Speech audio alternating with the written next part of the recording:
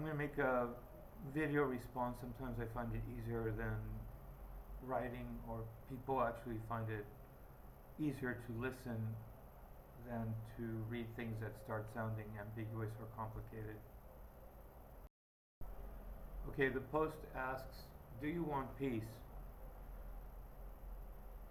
And Carlos Santana's response is one of the many answers to that, which is basically peace comes from within. You have to desire it in your heart. It's not going to come through dropping bombs or forcing it.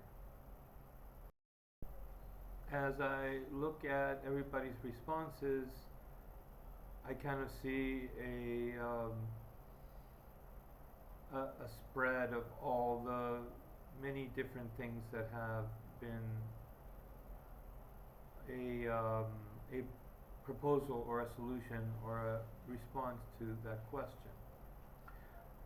I'll say that there's truth in all of them, and all of them are inadequate. So they're all right and they're all wrong.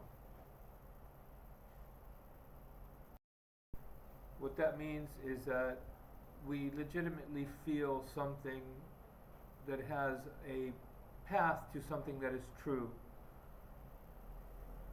or the truthful answer to that question, but it's only partial.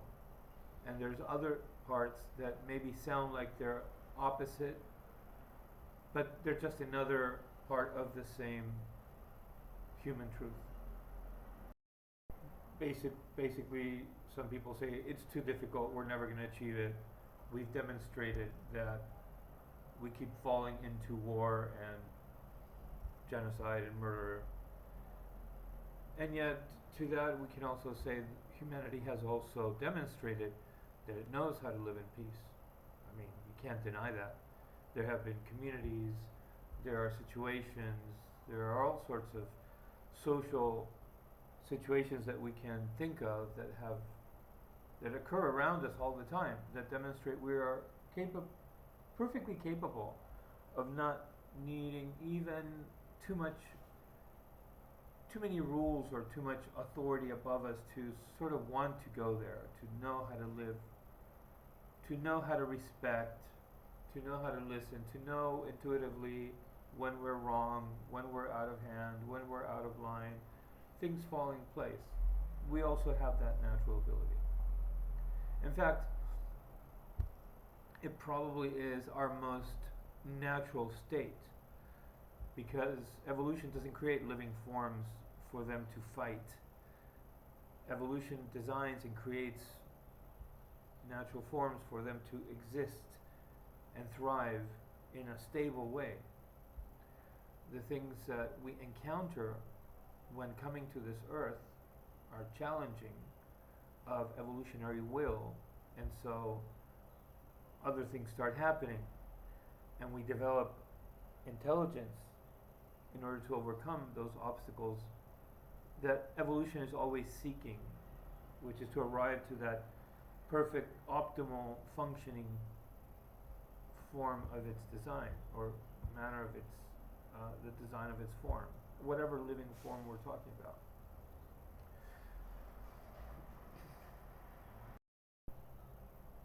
In the human mind, there's an instability between our high logical analytical intelligence, the one that looks, observes, and understands and invents, makes vaccines, creates ideologies, gets to the moon, builds engineering and complex sciences, theoretical or physical. Animals also have a logical analytical brain, but its distance to the organic, natural, truthful brain is much shorter. It's almost right next to it compared to ours. We have our natural, stable, truthful intelligence, which is kind of a fusion of proven fact and things that we intuitively just know somehow. We just know they're true. For example, if we see any baby crying anywhere, there is a truthful attitude, a thinking, a reasoning for any adult that arises, and you go tend to that kid and ask him what the problem is, where its parents are, and a whole bunch of intelligent functioning of the brain happens, which is unquestionable, undeniable. It's simply what needs to happen when we start looking for food. I mean, there's lots of reasoning and logic that occurs very much in a solely truthful capacity, simply to do with how we are designed by evolution. And a lot of that part of our brain also gives rise to motivation, just like logical analytical intelligence has initiates reasoning paths and ideas. So does the collective natural organic mind has motivation and initiates thoughts. So in human beings, these two minds are very distant. Now, the characteristic of the logical and analytical mind, per design, evolution made it this way in order to further itself, is to be kind of oblivious and disregarding of the truth of the organic natural mind. So, we live in this symbiosis inside our brains, a sort of a piston, a mechanism, like the logical and analytical mind does one thing, but it does it for the whole organism and for the organic natural mind. But the natural organic mind kind of holds the book, kind of knows that it is following the initiatives of the very, very smart and capable, intelligent one. But it tends to veer off and try things that won't work, and think very selfishly, very invasively, very also very rooted in the fearfulness of our primitive mind, the one that evolved defending ourselves from animals and fearing for the majority of our evolutionary trajectory, is much more linked to the reasons and the motivation of the analytical mind, because in fact the logical analytical mind wants to further us away from our suffering earthly predicament, to assist our body and our natural mind. But because it didn't design us, it kind of tends to get it wrong, or has a great idea and then another great idea, and then soon enough it starts veering away. And we see this by looking at the world. And right now we're manifesting actually this by in two sort of general political areas dominated by social concern, humanist reasoning, matters to do with the conditions of society, of the country. And then the other mind is more into like the systems, the money, the capital, the power, the authority, the mistrusting, the wanting to get out of the way, what doesn't agree with.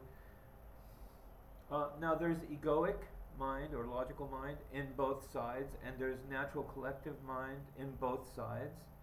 But in the manifestation of political ideologies in the world, we have created a combative, confrontational scenario, which doesn't occur in our brain.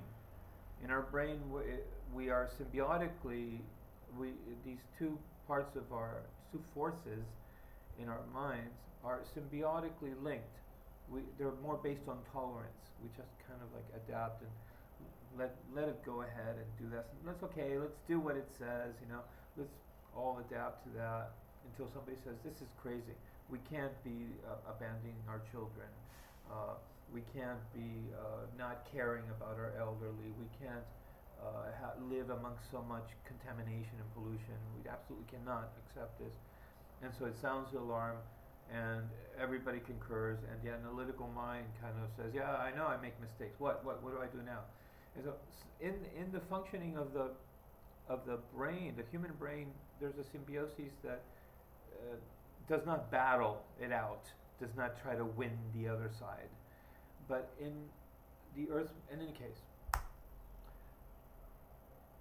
there is a question, an original question that arose early on when we started creating a much more capable, intelligent, egoic mind, logical mind, which is around the time perhaps where we created writing and speech occurred. And we can put this kind of in the same area because before that, the evolutionary trajectory of this animal is like 95 or 97% or something, or 99%.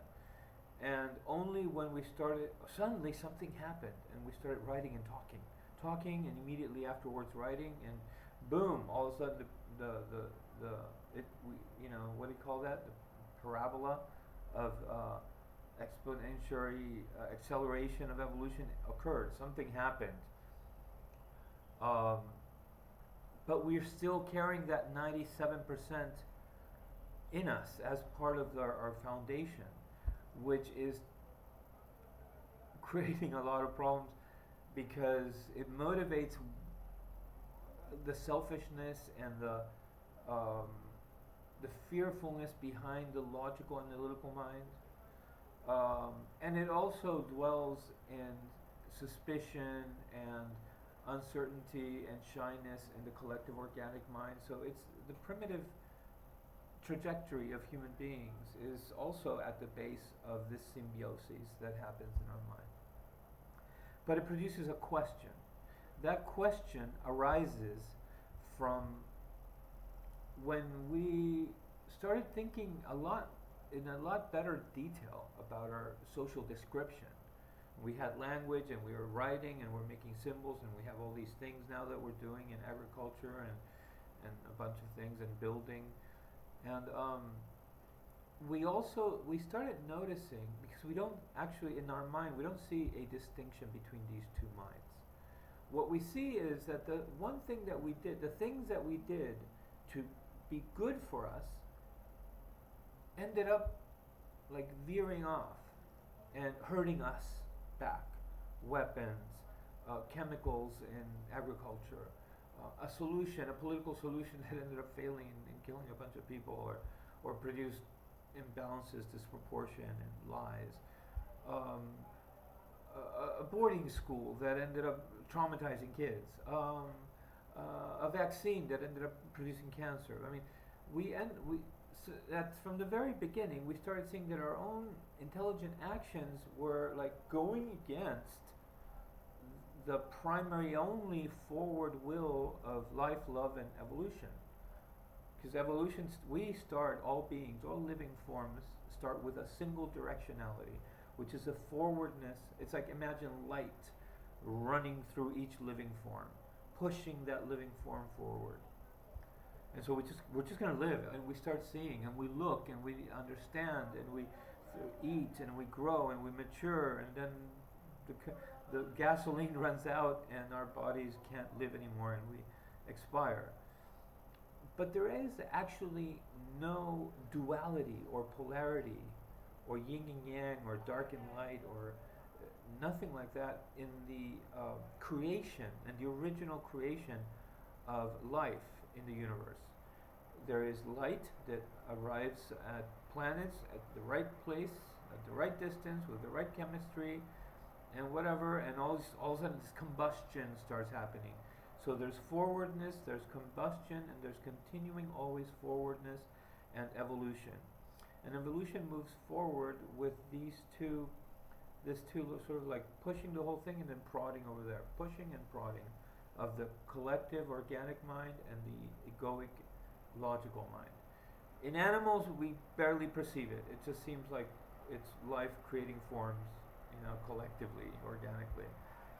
But in the human being, we actually see how wait a second, I'm going to do this. And okay, everybody, that's what we have our logical mind for. It's to invent a better way to hold up the roof. And then boom, that roof falls on everybody. I'm like, hey, that wasn't supposed to happen.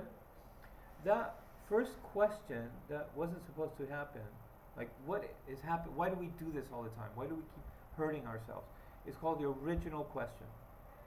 We answered, of course, we have to answer every question, and we answered that question by explaining it. We can't explain something happening without some form of will. Something did that to us, because we can only understand something going against what we want to do, or what life wants to do through us, through another will. You know, we should have maybe understood a little better than that in the beginning, but we didn't. We were much more simpler. So we had to invent some form of will. And so where do we put that will? It's not amongst us. We're not so stupid as to hurt ourselves. We're only now starting to realize that. But back then, at the beginning, we weren't saying that. We were saying something is doing this to us. It has to be a will. So we put that will outside of the earth, because it's not one of us. It's something that created us. And so we came up with stories. Stories to satisfy answering that question. Well, it's because, I made you this way, this God or gods, created life. And there are all sorts of stories, very ancient stories, all over the world that attempt in it's their own various ways to answer this original question. This is happening because there was a dream time, and then things went bad. The dragon ate everything, and now you all have to find the dragon and find again yourselves or whatever. And God created Adam and Eve, and there's all these stories, right, that try to attempt the predicament we find, attempt explaining the predicament we find ourselves in. Unfortunately, by us explaining that this sort of existential sabotage that is not meant to happen, that evolution cries out, hang on a second, I'm supposed to live. Nothing is supposed to go against me. Certainly not my own actions, my own inventions. We put that explanation, and therefore the accountability, the responsibility of that, out there, because it's the only way that it could possibly make sense. We didn't have sciences that understood biology, chemistry, planetary life in various worlds or anything like that. We could only understand what we saw immediately, which is other ones like us, and will that happens in our minds. And so we created these stories. But by answering the original question through these explanations that allocated or delegated the responsibility and the will of earthly predicament outside of our planet, we robbed it from ourselves. We said we don't have to understand why all this horrible stuff happens. We don't have to understand why. We'll explain it, but we'll explain it in a way that it's based on an external will and consequences. Yeah, sure, we're supposed to be able to be like what we wish we would be, but we can't, because and that will over there understands why we can't. So now we're satisfied. We know that we want to, but we can't really, and really only that being out there understands why not. And so there's a whole bunch of things that we have to satisfy in order to conform to that rational mechanism, which is, since we want to no longer suffer or harm ourselves, there's protocol, there's systems, there's tricks and challenges that we need to overcome, and there's punishment and blame, and all these things come as a result of having to satisfy this externalized explanation. In reality, we are alone in the world. We may have been created, but that doesn't mean that we're not fully capable of handling ourselves and knowing ourselves and proposing what to do to achieve those things that we prefer our world to be. We may have been created I'm not saying that we're an accident of the cosmos. No, there may be super intelligent beings spreading out through the universe that are proliferating life and little lives or big lives like themselves or whatever. That doesn't mean that we're not in control or could not be. We're not obviously not in control, because if we kill our own children, we're definitely not in control. But we could be in control of our predicament. In order to understand, to start getting a grip on what is happening, on answering that question, we need to answer that question, right? Which is what we have been doing wrongly, putting it outside the world, delegating it, instead of answering it here on earth. And here on earth, it's actually answerable. The reason, actually, through this whole thing, I explained it. We have a perpetual state of instability and imbalance between our logical, egoic, analytical mind and that which we prefer, which is the truth, the intelligence that we understand, the cognitive awareness of stable truth, which is what we simply prefer, which is peace, actually, which is to just kind of be stable, not numb and just like floating in bliss all the time. No. It's to not like attack ourselves, to not destroy ourselves, to not add more fear and challenge and discomfort and suffering to our existence. That's all we want, is for evolution to continue going forward comfortably without being threatened or destroyed or menaced by our own doings or by the world, the organic world. Now, threatened by the organic world, we can understand. We understand that our bones suffer gravity, that biology wants to invade our cells, that there's still animals out there that we gotta watch out before we jump in the ocean, that there's still earthquakes. The threats to evolution, to our forwardness, to our single forwardness, are understandable. The ones that really racked our brain, which is what caused us to create the stories, the externalizing stories, are where we do something that kills ourselves or hurts ourselves. For example, well, there's plenty of them. We are hurting ourselves all the time. We are incarcerating rather than healing and saving. We are forgetting and stepping over rather than recuperating and reintegrating. If we had always had a strong and ample awareness of singular collective organism, we would think with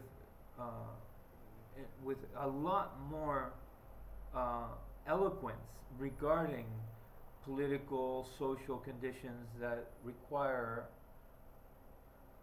which would give evolution a voice to say, what are you doing to half of my creation? Why are you like killing your own babies in wars? Why are you just forgetting that people are sleeping on the street? Or, why is like 5% of you flying and, super, sky restaurants and cruises that cost thousands of dollars, and 3/4 of you are like struggling there, hoping you'll get somewhere or something. What are you doing? Evolution would ask us. But we don't even think of it that way, because we have always been honed and conditioned by a polarization, a division created by answering that question in a egoic, willful way that is not our doing, that it is the doing of some. So in other words, by externalizing the explanation to that original question, we started accepting formulas and answers that say, well, because they did that, because they don't act this way, because they don't behave this way, or because you don't think this way, then, so it's sort of like God separated the dark and the light. That would be not a God that created a single living humanism. So in our own writings, actually, we can discern, and I'm going on a tangent here. And so, by becoming sort of the mechanics, the masters, how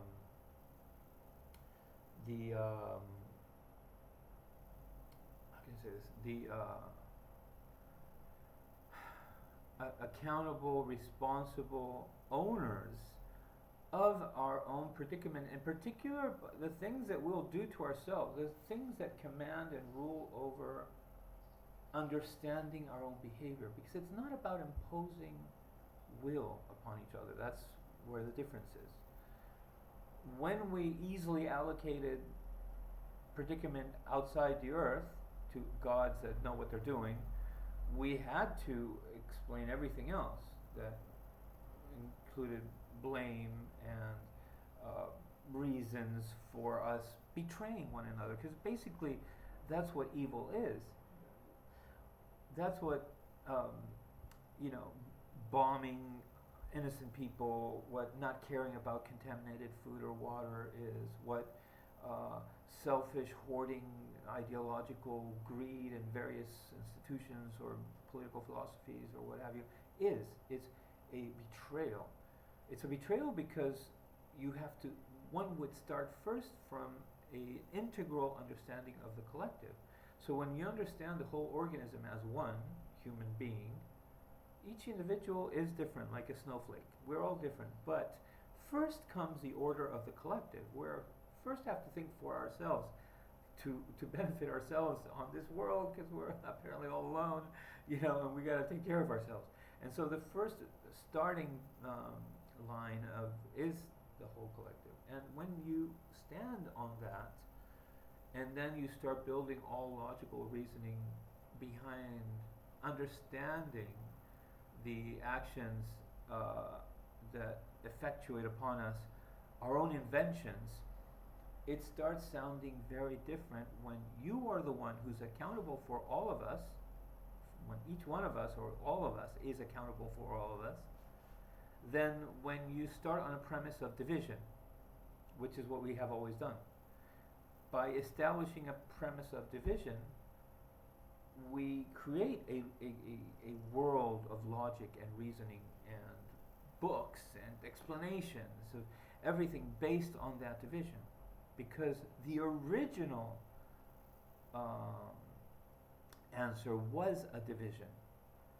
If the original response to that original question I started with in the beginning would have been one that says, it is us, we are alone, it is all about us, and we should only be concerned with us, not with what gods may have wanted and invent that, in order to satisfy the question. But had we started on a premise, an integral premise of us, then every other rational book and understanding, science, everything would have been different. It would have been us for us.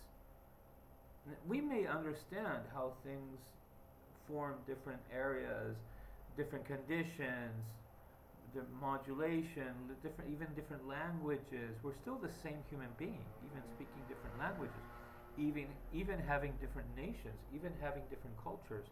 We're still the same human being. That same human being was divided early on and continues to be divided by this. And we see it right. All we got to do is look at the conflict in Palestine, and we see people, because God told us that this is ours. And we don't make anything of it. Yeah, whatever, crazies, let them talk on. But wait a second, you know what? We're doing that throughout the whole world. Because in various ways, we have installed the idea that something out there, we may not be talking about it anymore as maybe what politicians in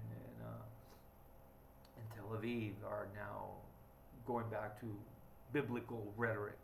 We may not have been like that in our country for a long time. We still do, but it's not so. We still see people, because God, you're offending God by doing that. Our rational logic is all configured and different, coming out in different ways, expressed in different ways, but configured by divisions. We never should have been divided. So in any case, What is peace? To answer this post, peace is us.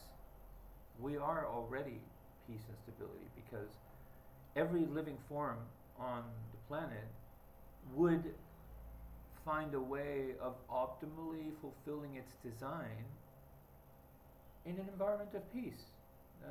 We're not built to fight. Our ability to, fight, defend, create poison to kill our predator, enemies, or what have you, come as a response to the earthly living environment that life appears in. But as it is designed, it does not start off, it starts off by wanting to live and thrive, breathing, eating, relating collectively to its own species. That's the primary, that's the fundamental design of every living form, and thus prone to live in stability. Later we start evolving in order to adapt to a world. So there is the proper order that we must not lose from sight, which is we are totally designed to live in peace and stability. Now, there is also a truth we carry like baggage that we're never going to get rid of. There's always going to be like some propensities maybe to, when everything's going great, guy will still be selfish. When they have everything in the world, they'll still like, where does that come from? Why did he went and raise his voice, insult, or leave somebody out, not invite him to join, or why do we still do these things even in abundance? There's just stuff that comes from evolution we're not going to get rid of. But knowing that we are, we bring a lot with us from evolution is not the same as being two kinds of people. This is the grave, fatal mistake that we make, is by seeking to divide.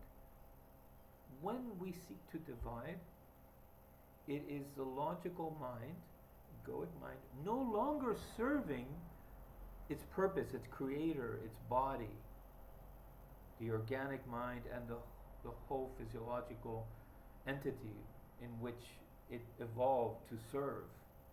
It is saying, oh, the one, it's like saying, it's like our own brain saying to the body, oh, you're now going to be divided. You're only going to eat something on one time of the day, and then another time of the day you're going to eat something else. You're not going to eat, I decide what you're going to eat. You're going to eat only vegetables on Mondays and only snails on Thursdays. And you could talk to your own logical, analytical, egoic mind and say, are you crazy? I'm the one that evolved eating. Don't tell me what I need to eat. And so that's kind of what we need to repair, in other words. We need to remember that the inventive, egoic mind will tend to get crazy, selfish, and tell us to do the wrong thing. We have to always remember that no greater truth is that corresponds to our natural, organic, collective design. However, our existence is an unstable symbiosis in the mind. Sorry, I didn't say that right. However, our existence is a predicament of instability that we produce through our actions. Through our actions, our behavior, our ideas. Not inside the mind. Inside the mind, it works out. Evolution did that. We may get a little crazy and only think unemotionally, logically. We may play down and never seen people that never get emotional or are insensitive, what have you. But you know what? All in all, it works out. We stay together. But when it comes to writing stuff, inventing, creating politics, ideologies, and engineering and sciences, that's where we run into trouble. The human being, not crows and octopuses and dolphins. No, their distance is not really that far from their organic collective mind. In us, it is. In us, it is very distant. So it will just come around and put a gun in the hand of a toddler, okay? We do that. We actually do that. We put guns in the hands of 5-year-olds. Go figure. So we need to be aware that this is our problem. It is a challenge. It's not a problem. It's a wonderful saving grace. It's a gift of the universe. We can cure all our diseases. We don't have to live with any more diseases or hunger or suffer lions eating us from jumping up behind a tree, or we can now see when the earth is going to shake, and we can build things that no longer mountains fall on top of our heads, and wow. And we can also with this intelligence figure out what are human challenges that we are prone to our evolutionary trajectory, and we may use inventions to only think of ourselves, and all of a sudden we become super rich and we don't care about billions of people starving. And so we know we have this weakness that our egoic logical mind will try to run with the goods because it wants to escape the suffering of evolution. It still wants to get away from something that has been making it difficult for us to live. And we still have to get to that place where, I don't know if we can do it in 100 years or it's going to take 10,000 years.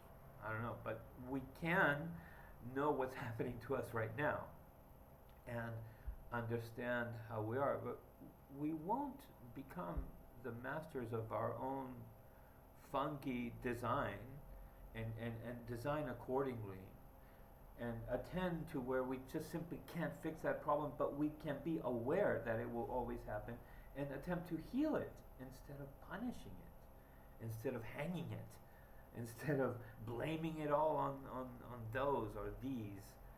We can actually understand this is what we're living in. It's very difficult, and we have to be aware that this will happen and we'll do this. And even when things are going great, still, out of nowhere, 80% of people in jail could be rehabilitated. We can understand what happened to them. We can see where they just need to find value in themselves, appreciation towards society, change their environment, do something. We can work collectively. There's enough human sciences to where 90% of people in jail their lives could be changed. We could do that. We're capable of doing that. We don't want to because we think, well, God did this, and so it's easy. I don't have to work. I don't have to work at figuring out this challenging instability that is our humanly predicament. We can just say that it is going to be this way. There will always be. That's why sometimes responses that say people will always have war or people will never be able to get along. It kind of it's very defeatist. But on the other side of that, we have people that just want to lower their hands and say, it's all in your mind, think about yourself, make your own life peaceful and copacetic. They're not really thinking about how humanity can achieve it. Because for humanity to achieve an end of wars, there is a lot of work. A lot of work in a lot of different areas. For one thing, we have to understand this topic, that we have created misbased ourselves with the belief that our predicament has to do with an external will rather than own up something that we still need to understand. We have to own up something that is still not really mapped out or understood very well, which is this balance between and the instability between the egoic logical mind and the natural organic mind. And then we have to factor in, even if we get to where we always have eyes on that inventive egoic mind. Okay, yeah, that will work. Watch him. Don't let him out of your sight, because it's gonna do something. You think it thinks it's in some other world. Even if we achieve that, we still have to always be aware that an unbalance, this primitive unbalance, is juxtaposed against sort of an ideal perfection that we are somehow out there aiming for, which it doesn't exist. We're not ever going to want to be blissful spirits, gliding in the atmosphere and No, no, no, no. We don't want to be that. We want to be able to exert our bodies and say, hey, no, no, no, come this way. No, you, I can't believe you asked. Why did you, when are you ever going to get it? That, you have to realize you always forget to do, we're always going to be a bit of what we're familiar with, and we wouldn't want to change that.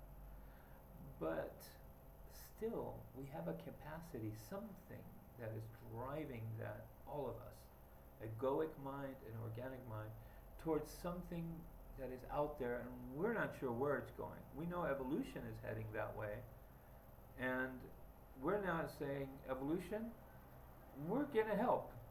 We're going to take this amazing organ that is blossoming inside our brain, which is the egoic analytical mind, and let it, have the baton, and let it, come up with the ideas and the solutions and analyze and figure everything out. But now we're going to watch it. Now we're going to say, well, okay, are you is everybody included? Is everybody included? Is everybody included? Is that's not hurting nobody? And okay, that's going to be uncomfortable for somebody. For how long though? Is there a chance for that person to live through that discomfort, but come out of it? Maintaining the collective organism, the human organism together. We can do that as a requirement while we are vigilant on the egoic logical mind. And where this now stabilized ship is heading, we still don't know. We know that we won't want to be dull and boring and quiet and we'll always want to be what we are. So knowing what we are, understanding the configuration, the true configuration of our mind, these are all things that are sciences that we need to get into, because we deprived ourselves from that interest when we said, this is somebody else's doing. There's some God, and then we wrote some books that were easy to write, because once we disempowered ourselves of accountability, we can just write what is easy to write. And so divisions, punishment, blame, and God knows why they're doing this, or why God is doing this, or why the dream time is doing this, or whatever. But this we can work with. Punish, separate the primitive mind, the one that's always like, okay, I gotta think of myself. I gotta see what I gotta watch out for. Separate, divide, fear, categorize and be able to focus on what is threatening, and therefore have an enemy, fearfulness directed towards targets. This part of the primitive mind sort of governed the stories that we had to build in order to make that external will make sense. Because we didn't just delegate the reason for our existence, or the purpose and the accountability or the responsibility outside the earth. We also had to believe in it and make it believable, and so we created a whole bunch of reasoning and logical stories. But those stories are produced mainly by our egoic, logical, sort of fear-based mind, and also by that sort of undefined ideal collective organism, which is, seeking unity, and we're one. And as far as it's easy to understand, don't hurt, don't harm, don't, take your best friend's wife.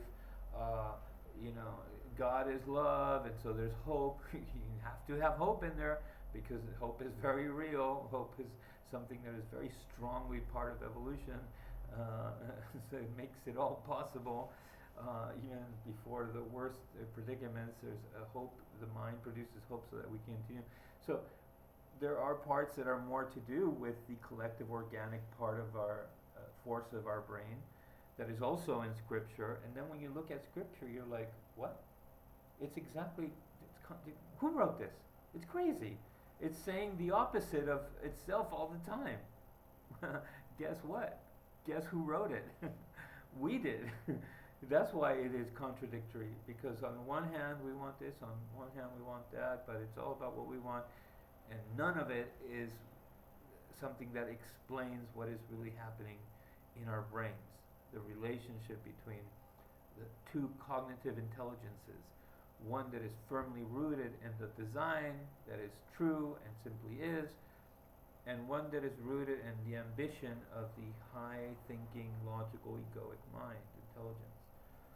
In a disbalance, in an instability that moves, that works inside the brain, but when it comes to our doings and our fabrications and our inventions and our construction of civilization, we don't get the imbalance. We don't see the